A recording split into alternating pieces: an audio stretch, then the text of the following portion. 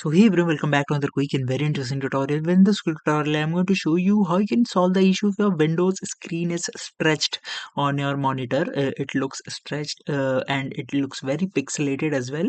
Now, in order to fix all that, just simply open the Start menu right there, and here you need to go to this option of settings. Or what you can do, just simply right click on the home screen, and here you'll see this option of display settings right there.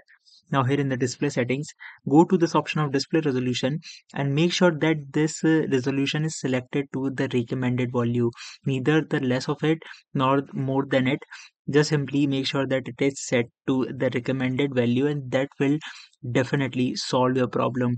If it does not, just simply set it to the recommended value and give a restart to your computer, and your problems will definitely get solved.